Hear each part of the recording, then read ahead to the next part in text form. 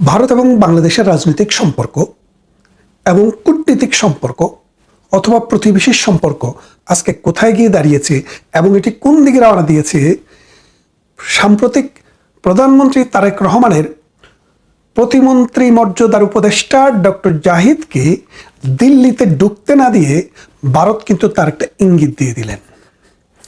আপনারা হয়তো ইতিমধ্যে সোশ্যাল মিডিয়া, সংবাদ সম্মেলন এবং মিডিয়ার বদলতে জেনেছেন যে বাংলাদেশের বর্তমান প্রধানমন্ত্রী তারেক রহমান হঠাৎ করে ওই যে কষা জাহিদ নামে যে ব্যক্তিকে অনেকেই ব্যঙ্গ করে কষা জাহিদ বলেন, পাসপোর্ট উচ্চতার একজন ভদ্রলোক, তিনি তারেক রহমানের মন্ত্রী পরিষদে উপদেষ্টা আকারে প্রতিমন্ত্রীর মর্যাদা নিয়ে বসবাস করছেন।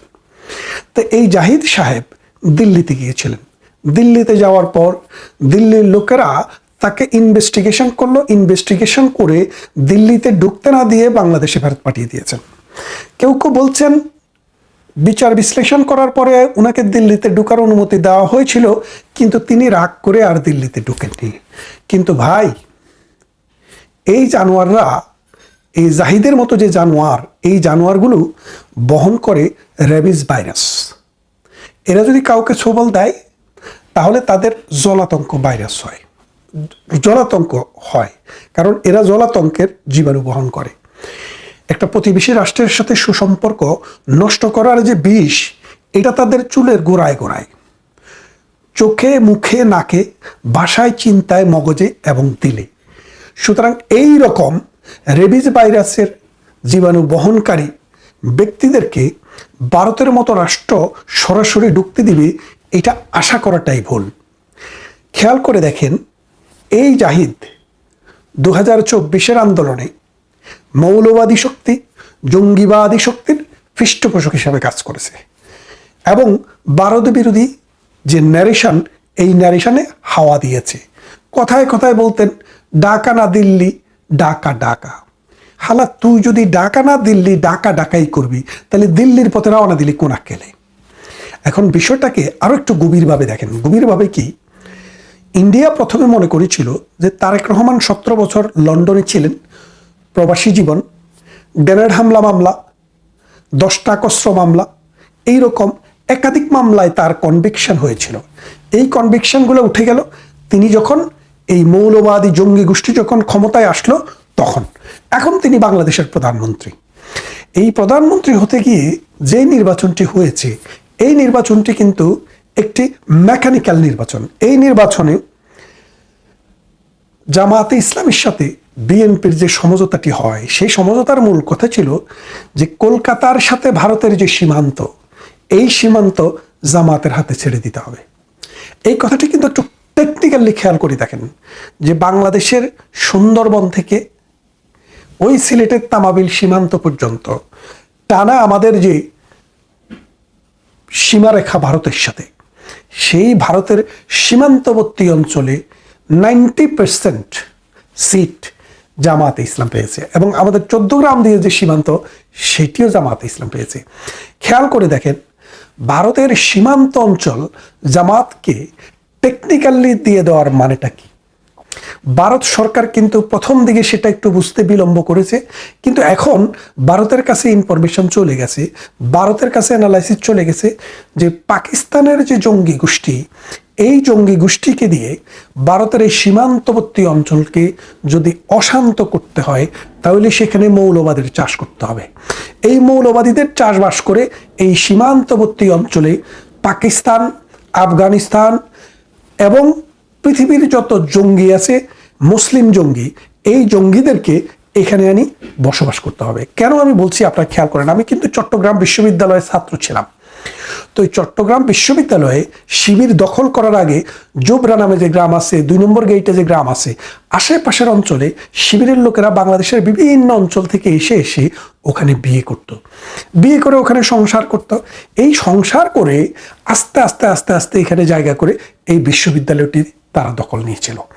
খেয়াল করে দেখেন, তাদের যে চিন্তা, তাদের হলো জায়গাটাকে দখল করবে পরিণয় সূত্রে, তারপরে জঙ্গিবাদ এখানে তারা প্রতিষ্ঠা করবে। এই বিশ্ববিদ্যালয়ে তারা দখল করার জন্য যেই কৌশলটা অবলম্বন করছিল, এখন আপনি ভারত সীমান্তের জায়গা দেখেন, সেখানে এই বাংলাদেশের বিভিন্ন অঞ্চল থেকে শিবিরের লোকদেরকে নিয়ে নিয়ে সেই সব জায়গায় বিবাহ করাচ্ছে এবং বিয়ে করে সেখানে স্থায়ীভাবে বসবাস করাচ্ছে। তারা তাদের লোকবল বাড়াচ্ছে, আর এর জন্য অর্থায়ন করছে পাকিস্তান, ISI, এবং তারা প্রশিক্ষণ দিচ্ছে ভারতীয় সীমারেখার ওই পাশে যেন অশান্তি সৃষ্টি করতে পারে, এখানে যেন মৌলবাদীরা একটা দুর্গ গড়ে তুলতে পারে।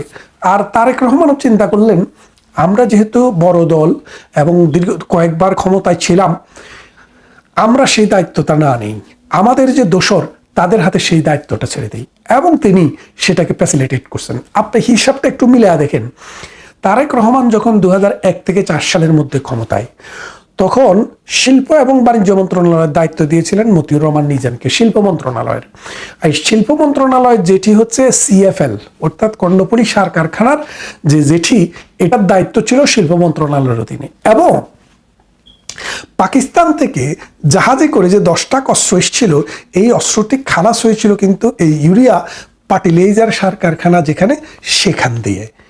এবং সেখান থেকে যে 10টা অস্ত্র ধরা পড়ে, এই 10টা অস্ত্র চায়না থেকে পাকিস্তানে আসে, পাকিস্তান থেকে একটি জাহাজ যোগে বাংলাদেশে আসে।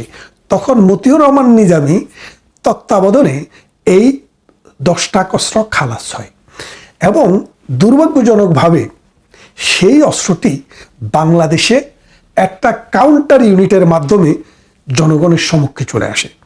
জনগণের সম্মুখে চলে আসার পর মানুষ বুঝলো যে বাংলাদেশটাকে জঙ্গিবাদের রুট হিসেবে ব্যবহার করার জন্য তারেক রহমান পারমিট করেছেন। তার সাথে কারা ছিল? জামাতে ইসলামী। তখন জামাতে ইসলামী তারেক রহমানের সরকারের অংশ। 17 বা 20টি বা 21টি সিট নিয়ে তখন জামাতে ইসলামী এই বিএনপির অংশ হিসেবে কাজ করছিল। 2 জন মন্ত্রী, একজন আলী হাসান যিনি মৃত্যুদণ্ডে দণ্ডিত হয়েছেন যুদ্ধাপরাধের দায়ে, আরেকজন মতিউর রহমান নিজামী, তিনিও যুদ্ধাপরাধের দায়ে মৃত্যুদণ্ডে দণ্ডিত হয়েছেন। এখন প্রশ্নটা হচ্ছে যে এখন তো জামাতে ইসলামী তাদের অংশ না, জামাতে ইসলামকে তারা এবার সরকারের অংশ রাখে নাই, কিন্তু তারা জামাতে ইসলামকে বাংলাদেশের প্রধান বিরোধী দল বানিয়েছে। কিভাবে বানিয়েছে? বাংলাদেশ আওয়ামী লীগ যদি বাংলাদেশে থাকে, রাজনীতিতে থাকে, বৈধ দল হিসেবে কাজ করার সুযোগ পায়, তাহলে জিয়াউর রহমানের দল অথবা জামাত ইসলামীর দল কারো পক্ষেই ক্ষমতায় যাওয়া সম্ভব না। কারণ বাংলাদেশের বেশিরভাগ মানুষ এখনো আওয়ামী লীগের সাথে আছে। সেই জন্য টেকনিক্যালি আওয়ামী লীগকে মাইনাস করে জামাতে ইসলামীকে এই জায়গায় নিয়ে আসে, এবং জামাতে ইসলামের সাথে সমঝোতা করে এই উপকূলীয় অথবা উপকূলীয় না মানে সীমান্তবর্তী অঞ্চলে জামাতে ইসলামীকে প্যাট্রোনাইজ করা হয়। খেয়াল করে এখন দেখেন, বাংলাদেশের চারপাশে ভারতের 7টি রাজ্য রয়েছে, যেটাকে 7 সিস্টার্স বলা হয়। এই যে কলকাতা মানে পশ্চিমবঙ্গ, আসাম, মিজোরাম, ত্রিপুরা, এইভাবে বাংলাদেশের সাথে লাগোয়া এই অঞ্চলগুলোতে তারা একটা বিদ্রোহ, একটা যুদ্ধ অবস্থা বাজিয়ে রাখতে চায়। কারা চায়? পাকিস্তান চায়, কারণ পাকিস্তানের সাথে ভারতের একটা শত্রুতা জন্মগত। অথচ এই পাকিস্তান থেকে বেরিয়ে আসতেই ভারত আমাদের পাশে দাঁড়িয়েছিল, যার কারণে যারা এই বাংলাদেশকে বিশ্বাস করে, অসাম্প্রদায়িক চেতনায় বিশ্বাস করে, সুষ্ঠু সুন্দর একটা প্রতিবেশী সুলভ রিলেশনশিপে বিশ্বাস করে, তারা হচ্ছে বাংলাদেশ আওয়ামী লীগ। যার কারণে আওয়ামী লীগ যখন আসে, ভারত তখন সহযোগিতার হাত বাড়ায়, নদীতে পানি দেয় এবং ব্যবসা বাণিজ্যের জন্য দুয়ার খুলে দেয়, আন্তর্জাতিক বিভিন্ন ফোরামে বাংলাদেশকে সমর্থন করে, যার ফলে বাংলাদেশ অর্থনীতিতে এবং সমাজনীতিতে রাষ্ট্রীয়ভাবে সফলতা অর্জন করে। আর এর বিপরীতে বাংলাদেশ আওয়ামী লীগের বিপরীতে যে বিএনপি, যাদের জন্মই হচ্ছে পাকিস্তানি IS-এর টাকায়, যাদের জন্মই হচ্ছে বাংলাদেশের মুক্তিযুদ্ধ ভিত্তিক যে সমাজ ব্যবস্থা, সেই কনসেপ্টটাকে ডিসপিউট করার জন্য, যে রাজনৈতিক নেতৃত্বের মাধ্যমে বাংলাদেশ স্বাধীন হয়েছে এবং ভারতের যে সহযোগিতায় বাংলাদেশ স্বাধীন হয়েছে, বিএনপির প্রতিষ্ঠাতা জিয়াউর রহমানও যে ভারতেই আশ্রয় নিয়েছিলেন, সেই জিনিসটাকে ডাকার জন্য তারা সব সময় জামাতের সাথে কোলাবোরেশন করে সব সময় মুক্তিযুদ্ধটাকে ডিফেক্ট মানে কোনো না কোনো জায়গায় মুক্তিযুদ্ধকে কালিমা লেপনের জন্য চেষ্টা করে এবং ইতিহাসকে মিথ্যা খাতে প্রবাহিত করে এবং এমন ইতিহাস তারা রচনা করে যেটা তারা নিজেরাও বিশ্বাস করে না। সেই রকম একটা দল দেখলো যে ভারত যেহেতু বড় দেশ, আমরা যেহেতু দেশ শাসন করব, ভারতের সাথে ওয়ার্কিং হাইপোথিসিস বা কাজ চালানো একটা প্রকল্প বজায় রাখতে যদি হয়, তাহলে এই কাজটা আমরা পদ্মার আড়ালে থেকে করব এবং পাকিস্তানি দোসরকে দিয়ে করাবো, আমরা এখানে গায়ে কাদা লাগাবো না। কিন্তু আপনি যত চেষ্টাই করেন, আপনার চেহারা ভারত চিনেছে এবং আপনি যে এই টেকনিক্যালি মেকানিক্যালি ওই তার ভারতের সীমান্ত অঞ্চলকে জামাতের হাতে তুলে দিয়েছেন চুক্তি করে, এবং সেখানে এখন যে শ্বাসবাস হচ্ছে মৌলবাদের, জঙ্গিবাদের, ভারত বিরোধিতার, সেটা কিন্তু ভারত বুঝতে পেরেছে। এই ভারতে এই বিষয়টি বুঝতে পারার পর আপনার জামাতের এই ঘরানার যে জঙ্গিবাদ, এটার সাথে কিন্তু ডক্টর জাহিদ জড়িত। অর্থাৎ ডক্টর জাহিদ পাকিস্তানি জঙ্গি কানেকশনটিকে এই তারেক রহমানের সাথে লিয়াজু করে জামাতের কাছে খবরটা পাঠায় এবং জামাত সেইভাবে এই পাকিস্তানি জঙ্গি গোষ্ঠীদেরকে এখানে উৎপাদন এবং ক্রমবিকাশ এবং তাদেরকে লালন পালন করে ভারতের এই অঞ্চলটিতে অস্থিতিশীলতা তৈরি করার জন্য। ভারতও কিন্তু বসে নেই। এই সীমান্তে কাঁটাতারের বেড়া দেওয়ার জন্য ভারত এখন উঠে পড়ে লেগেছে। হয়তো আগামী 1-2 বছরের মধ্যে পুরো সীমান্তই তারা কাঁটাতারের বেড়া দিয়ে বেষ্টন করে ফেলবে। শুধু তাই নয়, আপনি বলেছেন 26 লাখ ভারতীয় বাংলাদেশে রয়েছে। এখন এই 26 লাখের 26 জনকেও আপনি খুঁজে বাইর করতে পারেননি। এখন এই যে 26 জনকে আপনি খুঁজে না বাইর করে আপনি যে এখন দেখতে পাচ্ছেন যে ভারত থেকে পুশিং করা হচ্ছে, এরা কারা? ভারত কোনো হিন্দু ব্যক্তিকে পুশিং করে না। কেন করে না? কারণ তারা বলেছে হিন্দু মানুষ যদি পৃথিবীর যে কোনো দেশ থেকে ভারতে আশ্রয় নিতে চায়, তারা সেই আশ্রয় দিবে। তাহলে কাদেরকে পুশব্যাক করছে? পুশব্যাক করছে মুসলমানদেরকে। এখন এই মুসলমানরা কি ভারতে জন্ম? এরা কি ভারতের মানুষ নাকি বাংলাদেশের মানুষ? সেটা আপনি একটি তদন্ত কমিশন করে সেটা আপনি খোঁজ করে দেখেন। এরা বাংলাদেশেরই মানুষ, ভারতে গিয়ে বিভিন্ন দীর্ঘদিন থেকে কাজকর্ম করে খায়, বাংলাদেশে টাকা পাঠায়। কিন্তু আপনি সেটা ভুলেই গেছেন।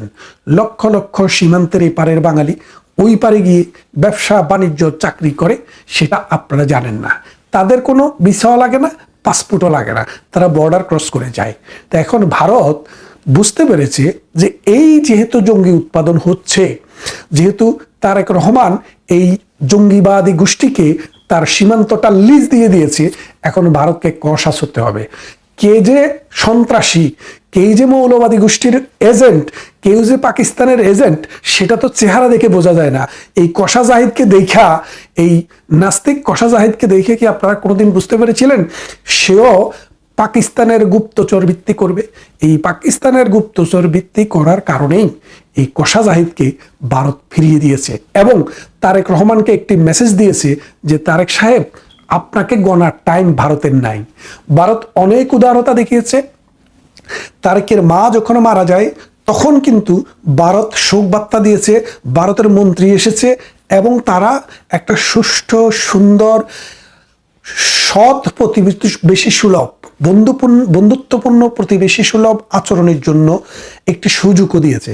কিন্তু তারেক রহমান সেটি গ্রহণ করেননি, বরং তিনি উত্তর যেই সব মানুষ কট্টর মৌলবাদ, জঙ্গিবাদ, ভারত বিরোধী, তাদেরকে তার চারপাশে এনে তিনি একটি দুর্গ তৈরি করার চেষ্টা করেছেন।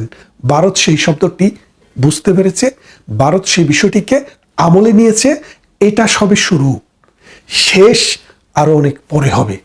খেয়াল করে দেখেন যে একজন প্রতিমন্ত্রী মর্যাদার ব্যক্তিকে ভারতে ঢুকতে না দিয়ে ভারত তারেক রহমানের কাছে একটি সিগন্যাল পাঠালো, হয় ভালো হয়ে যাও, আর তা না হলে এটা তো শুরু, শেষের অঙ্কটা আরো কঠিন হবে। পরবর্তী পর্বে পুশব্যাকের এবং সীমান্ত প্রবলেম নিয়ে আরেকটি পর্ব করব, সেটি দেখার আমন্ত্রণ জানিয়ে